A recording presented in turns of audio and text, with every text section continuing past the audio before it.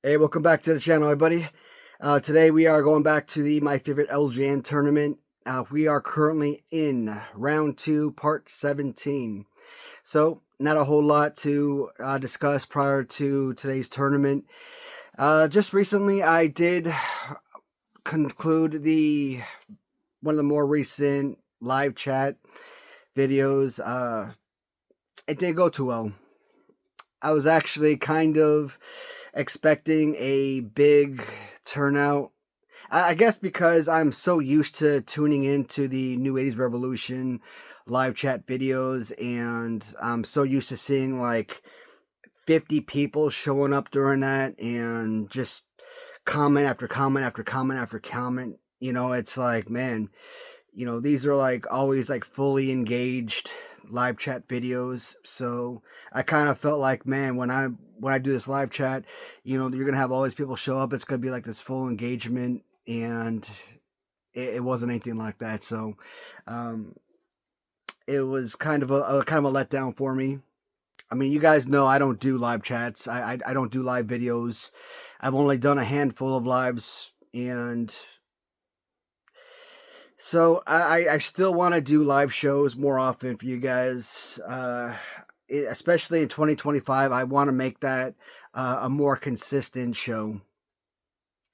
One of the things I've also noticed, that was the first time I think I've done a live show from the computer. And I've noticed whenever I've done live shows from the cell phone, I've always had multiple people show up on the cell phone, but it's maybe because I've done it from the computer. Maybe that's an issue. I don't know. But so it was basically just like kind of like me filming a regular video like this, but that's fine. I kind of do like I did before. When the time comes and I'm ready to do another live video, I will discuss it in these videos like so, and kind of give you guys a heads up. I'll put out the little YouTube community notes, ahead of time, a few days ahead of time. I'll put out pre-videos. I'll put out pre-community notes and whatnot. That way it is notated ahead of time so you guys can kind of tune in. And if you guys have a better time, I don't want to do a 9 p.m. show. That was too late in the day, and I know that some guys said that they had to work, so maybe I'll do a Saturday show or maybe a Sunday show. And I'd like to do it earlier in the day, not so late at night. Like I said, 9 o'clock, that sucked, because you're just basically sitting around all night. Maybe 7 o'clock at night, maybe 6 o'clock at night would be preferable. And that works better for me. If it works better for most other guys, then we'll do it that way. So hopefully you guys did enjoy the previous review videos. Those were a lot of fun. That Epic Toys video, man. I know it was a short video, but I know it kind of came off as a rant video. I remember right after I got done posting that one, or right after I got done filming that one, I'm like, was this a review or was this a rant? Because that was exactly my mindset, but I just was not a fan of that figure. And like I said in that video, it was a perfectly fine figure. It's just with why all of a sudden are people using magnets to attach figures? That I don't understand. But if you haven't already seen that video, I recommend it. And if you're considering Epic Toys and trying to look at the new Dallas Lion Page figure, it's not a good one. It's not one that I recommend, but if you're a collector like me and you're a completist, it's something you might want to look into. But this is the LJN tournament, so let's take a dive into today's matchups. And we are going to start off with the Papa Shango Chic version. And he will square off against blue. That is the blue and yellow Honky Tonk Man. Next version is next matchup is going to be black and gold $1 Million Man. He will square off against Jeff Hardy.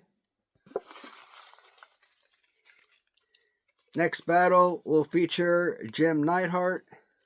I'm speculating that's the original, as he does battle against Andre Series 1.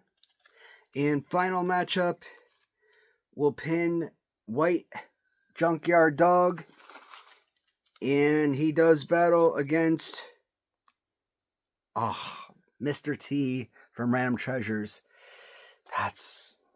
Those are some killer matches in this video. So I am excited to get started. So I will pause, pull the figures, and let's begin shortly. All right, so to be honest, there's so many great figures in this video that I don't even know which one is the highlight matchup. But I'm gonna say that this is probably the highlight matchup. To be honest, I really like these particular figures. We will start with Papa Shango. Now, even though I've said it before, the Sheik figure body pose may not be my favorite. The Papa Shango in general, I love the fact that the Papa Shango gimmick in of itself has never been, I think, a very coveted gimmick in wrestling lore, but it is one that I've always been crazy about. I love the Papa Shango look. I think it's absolutely fantastic. I think the overall look of this particular figure is absolutely incredible, with the skull necklace and the skull built in, not only with the skull built into the hand. That is insanely good. Even the hat built into the head, the jacket, shawl, vest, I mean, whatever you want to call it, everything perfectly done with this figure. Now, when you look at kind of like the Papa Shango with the Junkyard Dog body, I've always said that I probably coveted that one the most. But I don't know. I said I liked that one because it kind of, with the way that the body is kind of not really peeling, but it kind of gave it like a dead look. So it's kind of like zombie-ish, right? So it kind of gave it like a nice horror Halloween themed feel to it. So I always said I coveted that figure a lot more, and I liked obviously with the Junkyard Dog, it gave it a better fighting pose. But still, I feel like this figure there's just more going on with this figure, and if it was a one-on-one battle between those two Shangos, in all honesty, I really don't know who I would choose between the two, because it really is neck and neck. And this is an absolutely splendid overall design. Insanely good. You guys know how I feel about the Honky Tonk Man. Whether it's blue design or it's the Raider Nation black and gold Honky Tonk Man, one of these two Honky Tonk Man figures are easily, in my opinion, at least round 5 figures.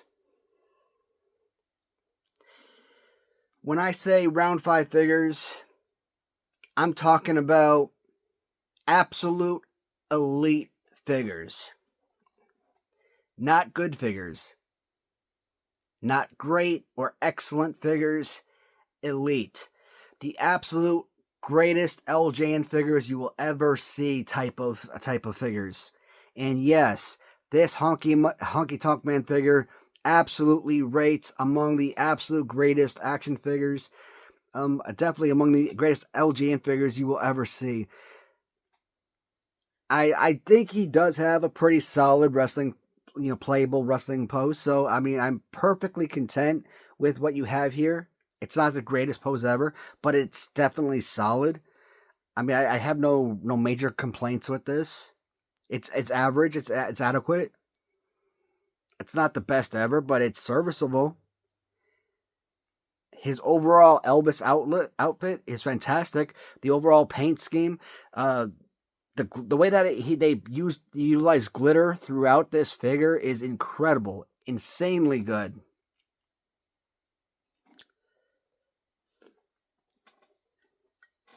I think 100 times out of 100 in previous tournaments, 100 out of 100, I would have chosen Honky Tonk Man. But this tournament has been so different. Like, this tournament, I have gone out of the norm on so many selections. I have broken characters so many times and chosen figures I would not have normally chosen so many times already in the first 2 rounds that it would not be insane for me to choose Papa Shango right now. And if I did, it wouldn't be a bad selection to move on to the next round. He's got the name recognition that I love. I grew up watching Papa Shango. I absolutely loved Papa Shango. Because Papa Shango entered WWF a little bit later on in my life, I know of Papa Shango a little bit better, I guess, than Honky Tonk Man. So I have a little bit more of a remembrance of Papa Shango wrestling.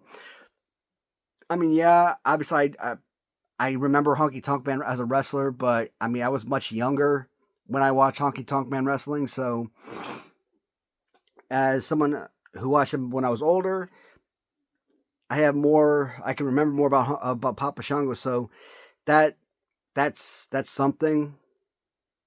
I remember this character more. His overall outfit is incredible. I love the gimmick. I never mind the Elvis look. It's still solid.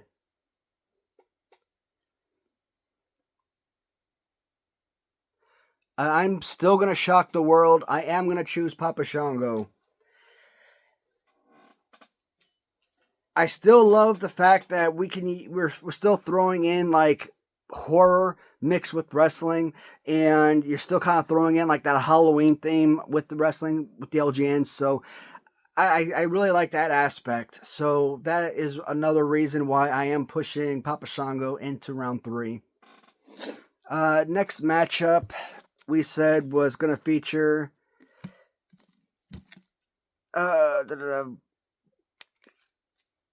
Black and Gold $1 Million Man as he does battle against Jeff Hardy. Now, Jeff Hardy, I didn't really know a whole lot about Jeff Hardy, obviously. Now, the Hardy brothers in general, it's like when you're flipping through like YouTube, right? And you come across videos, wrestling videos, and you come across something wrestling related, and you click on the video, and maybe they show in clips, they might show the Hardy brothers, and you see them as, you know, these awesome high flying acrobatic wrestlers, or you might see a more modern day wrestling Royal Rumble. I don't know, 2005, 2011, I don't know, something like that, right? And you might see the Hardy brothers in the Royal Rumble, and you see them jumping off the turnbuckles, or, you know, jumping off the ropes or something, right? Different. It kind of reminds you of Dynamite Kid and the British Bulldogs in the 80s and stuff. I'm like, insanely good. And you kind of look at what wrestling was in the 80s compared to in the 2000s, and it's like, yeah, you need that athleticism. In the 80s, yeah, you could have lived with just raking across the back and punches and bear hugs and boots to the face and stuff. You kind of have that kind of wrestling today. It'd be the most boring stuff ever, and you would just be tuned out. No fans would be interested in that stuff. You need that kind of acrobatics. So, I mean, it's just a basic Brutus Beefcake repainted. I mean, they didn't change out the head or anything like that. So, is it a true Jeff Hardy figure? Not really, but it was still different enough. I don't think this cost a fortune. I mean, I don't know how much I paid on this. Maybe $20, if that. But it was a really good, you know, paint. I liked it a lot. You know, solid throughout. So, and you know, you throw in a nice Random Treasures belt to boot. So, I went with a nice special gold belt from Random Treasures. I thought that gold belt would have meshed well with this particular paint scheme. Now, this particular $1 Million Man, obviously the purple $1 Million Man is the color scheme that's for the original LJN. But when you look at original Hasbro Series 1, this is the color scheme, right? So I never had black Series 1 $1 Million Man. In fact, I never even knew of a black suited $1 Million Man in Hasbro. The first time I ever saw a black suited $1 Million Man Hasbro figure was when I started collecting a few years ago. The only $1 Million Man figure I ever knew from childhood, obviously, is the green suited $1 Million Man, the one that we had as kids. So this particular color scheme, or this particular figure, $1 Man in general, probably my all-time favorite bad guy, and probably one of my all-time top 10 favorite wrestlers, period. You think of $1 Man and you think because he's always buying people off that, he wasn't nobody special, always trying to cheat or something. But no. Ted DiBiase was an absolutely fantastic athlete. And he never won a heavyweight title, which was absolutely insane. And I don't think he was ever Intercontinental Champion either. With IRS, I think he won tag team championships a couple times, but how has this man never been heavyweight or that's stupid. One of the top heels of the 90s, and you're telling me not once ever? I don't remember when he came into the WWF, but I'm assuming late 80s. And 80s and 90s, all those years, and you're never once. I mean, one of the best performers. That is stupid. That guys like that could not have ever had that any kind of run. So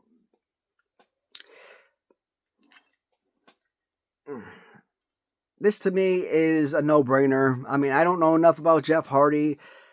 It's basically just a Brutus Beefcake figure. I mean, yeah, they did change out, obviously, the fingers, and so they have made upgrades, but this is a fantastic figure, and, they did, obviously, lighten the money, repainted the lapel, or whatever you call this part, I don't know, part of the jacket.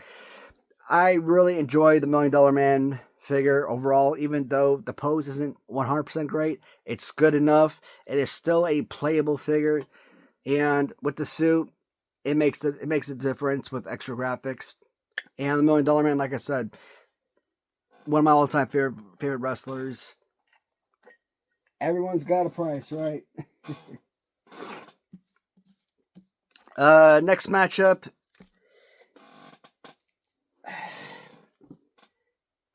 This is an insanely good matchup because when it comes to LJN original figures, these are both top 10 original pieces. Eventually, I will go back and resituate my top 10 of original LJNs. Once upon a time, once I completed my first LJN tournament, right after, maybe 10 videos later, or whatever, I laid out all of the LJNs, and I said, hey, these are my top 10 in order favorite pieces. And I said Andre was number 3 best LJN figure ever. Jim Neidhart, number 8. Well, based on that layout, Andre, that's my easy winner. Not always the case. It's too easy to sit back and say, hey, I put Hogan at Series 1 at number 2 best LJN. And Outback Jack, let's say number 12. Well, Hogan beats Outback Jack. Not necessarily. Outback Jack could still beat Hogan in this tournament and move on to the next round. It doesn't necessarily mean just because, he's 10 slots behind that he's a guaranteed loser, right? So, there are things that will play additional into my decision. But we'll start with Jim Neidhart. So, and I will go back to that list. So, just kind of looking at that list, and I said, well, SD Jones, number 10. SD Jones is not number 10. SD Jones is like a number 1, a number 2, a number 5, something like that. He at worst a number 5. So if I say SD Jones was on my original list at 10, and I now say he's like somewhere in the top 5, well, that means that means Jim Neidhart's easily pushed down, right? Maybe not even in the top 10 anymore. Maybe he's number 9. Maybe he's still number 8. Maybe someone else has pushed into another slot. I don't know. I still say that Jim Neidhart's one of the best LJN figures, period. Maybe not number 10. Maybe he's number 11. Maybe he's number 12. I don't know. Still one of my favorite pieces. Definitely one of the best playable figures. I mean, one of the single greatest body slam poses, right? An LJN or any wrestling action figure has to have a body slam pose. I don't know what it is about wrestling, but the body slam pose just means so much to me. More than the punch, more than the clothesline, the body slam. I feel like if the figure has the ability to body slam, everything else just falls into line.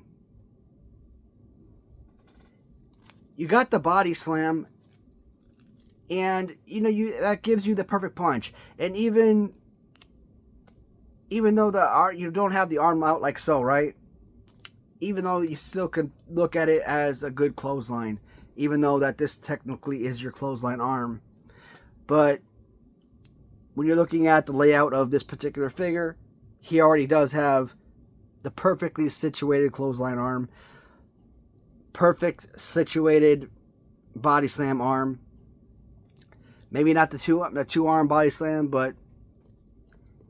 and one of the greatest tag teams of all time. The one downside, I've never known Jim Neidhart to be this freaking slim. So for those who are perfectionists and want figures or characters to be based on their actual size, now me, yes and no. I'm kind of like, again, I'm one of those guys, I can sit there and I can make arguments on both ends of the spectrum. So I could sit here and I could say, well, you know what, I've always known Jim Neidhart to be very husky, so seeing him very slim, I could make a complaint on that end. But then on the other side, I could look back and I could say, look at Hasbro.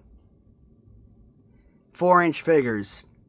Well, hypothetically, let's say you take an Elizabeth figure, right? Let's say Hasbro made Elizabeth. Well, I don't want Elizabeth to be this very tiny, small-scaled figure like they made from Mattel Retros, right? I want the female wrestlers to be the same size as all the male counterparts. LJN, okay, fine. We're dealing with LJN. I don't want Elizabeth LJN to be that size, where she's a Barbie doll. I want Elizabeth LJN to be this size, to be this thickness, this width, this height. So maybe she does. So maybe scale sometimes does not necessarily have to be 100%. So it does not have to be 100%. So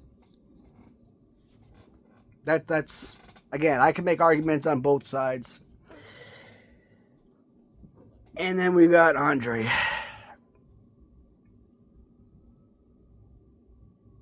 This is a tough call. There are many Jim Neidharts in this tournament, right? And I said that there are probably a handful of figures in this tournament that could potentially defeat Jim Neidhart, any Jim Neidhart in this tournament.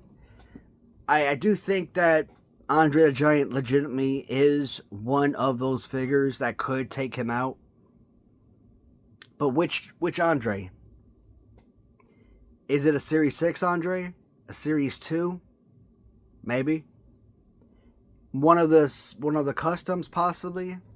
I mean, is a Series 1 legitimately a contender to eliminate any variant of a Series 4 or any of the customs? Is a Series 1 Andre the Giant really that good to take out one of the best figures ever?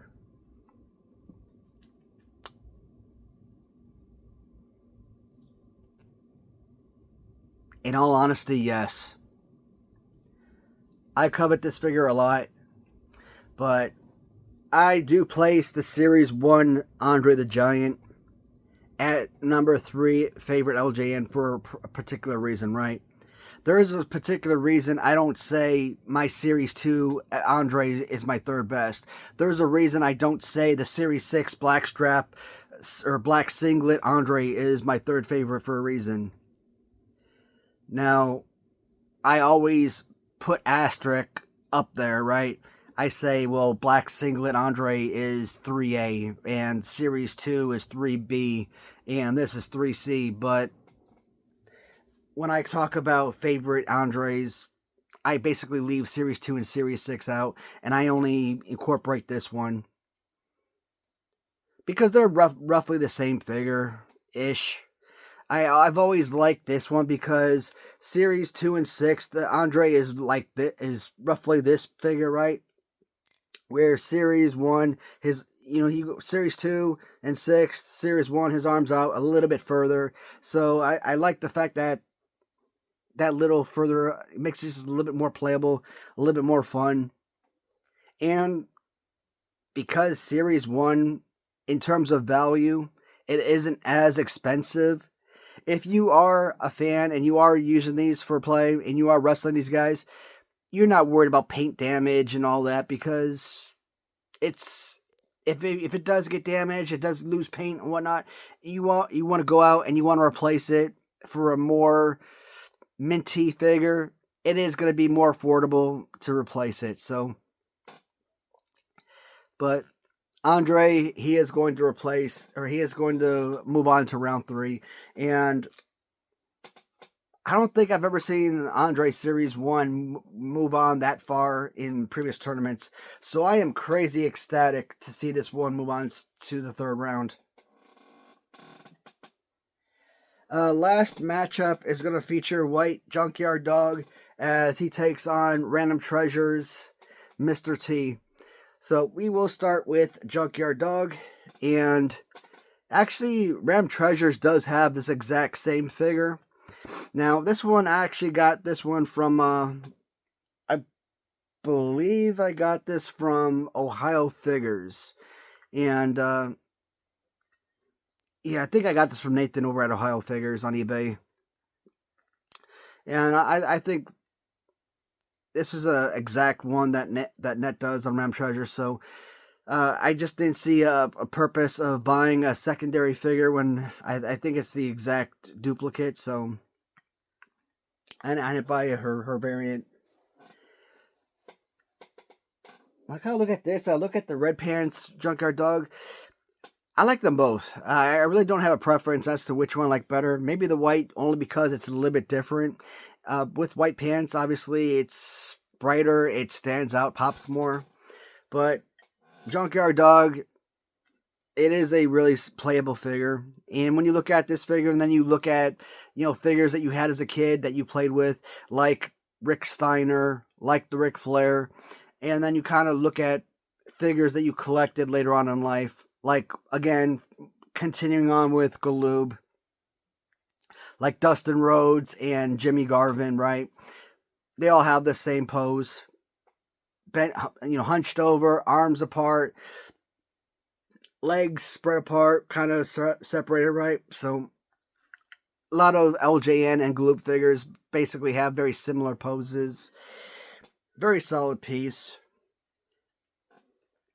Mr. T, I like this figure a lot because, again, Ram Treasures, they had this. They've already had this figure from 3 years ago when they came out with Barbarian, and Barbarian is easily one of the greatest figures that from Ram Treasures' entire roster, and The rubber on this figure is insanely good. Nice, solid, hard rubber. I don't think I've ever watched A-Team, but I'm trying to think where I first knew Mr. T from. And I don't think it was Rocky 3. I think I saw Mr. T from something else from childhood. You know what? Shoot. I mean, maybe it was A-Team. Maybe maybe it used to be like, maybe it was on TV or something. Maybe old reruns. Because when you're, young kid, and I'm talking like crazy young, 3, 4, 5 years old, you knew the name Mr. T, the whole Pity the Fool type thing, right? You knew that stuff. But I never knew the name A-Team or anything like that, right? In fact, I probably didn't know the whole name A-Team until probably within the last couple of years or something. So, yeah, so I'm like, where did that stuff come from? Where did I learn this stuff? Now, obviously, Rocky 3 was obviously huge, but so Clubber Lang, obviously. I mean, I remember him obviously from that movie, but outside of that, I'm trying to think what else I could have seen him in. And I know I've seen him in other things, but maybe I remember him from wrestling or something. Maybe I seen him in like old Coliseum movie from like WrestleMania or something, possibly. But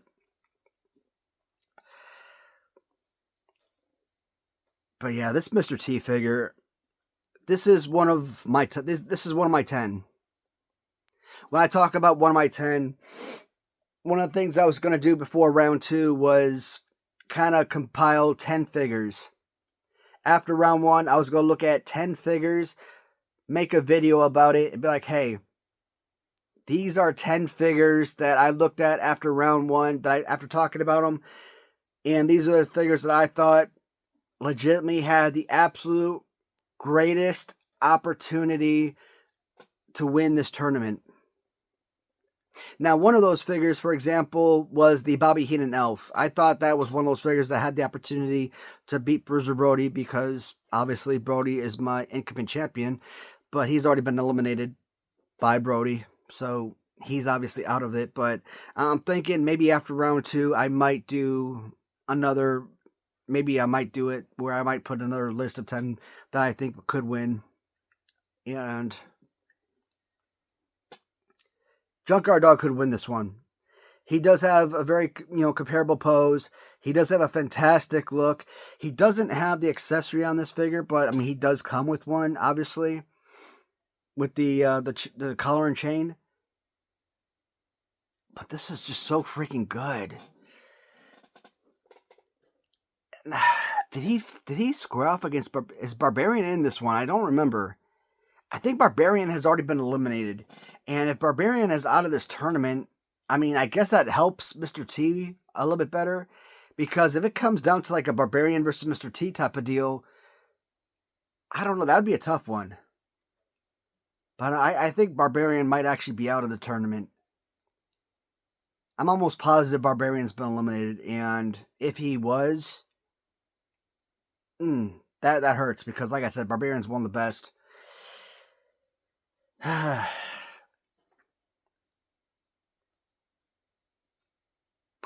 I'm going to go with Mr. T, guys. I am pushing Mr. T into round 3. So, guys, that is going to complete this video.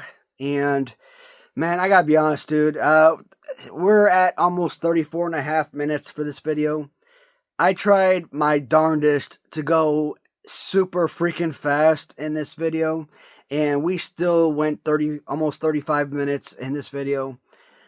So I just cannot go through this video fast enough. It's just not possible. So the only thing I can do is eliminate a matchup and do 3 matchups a video, and that's going to cut it down to maybe 27 to 30 minutes. But that's going to tack on probably an extra 10 videos, 12 videos, and I don't want to do that. So for those that watch my videos and you think the time of these videos are way too long, please tell me if you think they're too long and you'd rather have more videos but less time, because I want the views of my videos to go up, obviously, but even when I try to go fast, the time limit is still way up there. So, but guys, as always, hope you enjoyed the video, and I'm gonna try my best to try and minimize the time on these. But until next time, thank you for watching, and talk to you soon. Goodbye, everybody.